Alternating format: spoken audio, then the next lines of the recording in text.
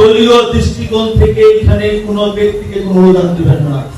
আমরা কথায় না কাজে বিশ্বাস করি এবং সেইভাবে মানুষের পাশে দাঁড়াতে চাই। আজকে আমরা যেসব মাদের, যেসব বোনদের, যেসব ভাইদের বা দিদিদের বা পিসিদেরকে আমরা এখানে অনুদান দিচ্ছি, এটা আমাদের শেষ নয়। আমাদের সরকারের মেয়াদ 4 মাস চলছে। দলীয় দৃষ্টিকোণ থেকে এখানে কোনো ব্যক্তিকে কোনো অনুদান দিবেন না। যার পাওয়ার যোগ্য, যার দরকার, তাকে দেওয়া উচিত। আমি মনে করি সেই মানুষের কাছে আমাদের অনুদানটা পৌঁছে দেওয়া উচিত। আজকে আমি এমপি হয়েছি, আমি মনে করি পঞ্চগড়ের সকল ভোটার আমাকে ভোট দিয়েছে। আমি এবং এই পঞ্চগড়ের সকল ভোটারের দায়িত্ব আমার কাছে প্রত্যায় করেছি। আমি মন্ত্রী হয়েছি, আমি শুধু পঞ্চগড় নয়, সারা বাংলাদেশের যত ভোটার আছেন প্রত্যেকের দায়িত্ব, কর্তব্য এবং তাদের সমস্যার সমাধান করার দায়িত্ব কিন্তু আমার কাছে পড়ে গেছে। কাজে সেই ক্ষেত্রে আমি যদি দলীয় দৃষ্টিকোণ থেকে বিচার করি, তাহলে কিন্তু আমার অবস্থান ওই বিগত দিনে ফ্যাসিস্টের জায়গায় চলে যাবে। কাজে আমি আমার নেতৃবৃন্দ সহ আমার প্রশাসনকে বলবো এবং আমাদের সবচেয়ে একটা ত্রুটি, আমরা কিন্তু আত্মীয়তাটাকে বেশি বিরাজ করার চেষ্টা করি এবং অনেক জায়গায় দেখি এখন আমি মন্ত্রী হয়েছি, খোঁজ নাই খবর নাই, দুনিয়ার আত্মীয় আমার বের হয়ে গেছে।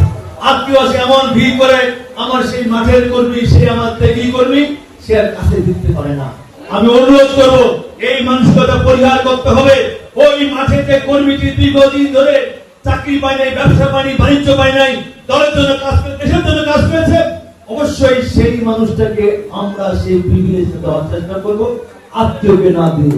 আমি মনে করি যে আমাদের প্রত্যেকের মানুষের থাকা উচিত।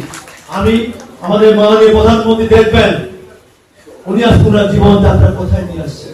বিগত সরকার ওই প্রধানমন্ত্রী দপ্তরে 950 টাকা দিয়ে দুপুরে খাওয়া খেত।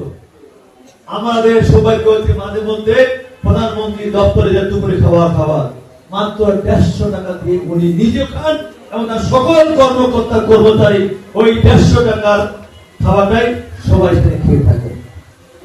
কাজেই মাননীয় প্রধানমন্ত্রী যেটাকে স্মরণ করছেন, ধারণ করেছেন, আমি তার কর্মী হিসাবে, তার ক্যাবিনেটের সদস্য হিসাবে আমি শুধু নয়, আমি মনে করি আমাদের প্রত্যেকের এই জিনিসটা ধারণ করা উচিত। উনি ওনার জীবনযাত্রা মান কোথায় নিয়ে আসছেন। আমরা আজকে এসি থাকলে 18তে এসি চালাই, উনি 25 নিচে এসি টেম্পারেচার নামান না। ওনার অফিস থেকে বের হলে ঢুকলে আগে দেখেন এসি বন্ধ আছে কি চালু আছে কিনা। উনি আমার যে অফিসে মিটিং করে দেখি অর্ধেক বাতি জ্বালা রাখেন, ওই বিভিন্ন জানলার পর্দাগুলো খুলে দিয়ে সেই ন্যাচারাল আলো দিয়ে উনি কাজ করার চেষ্টা করেন।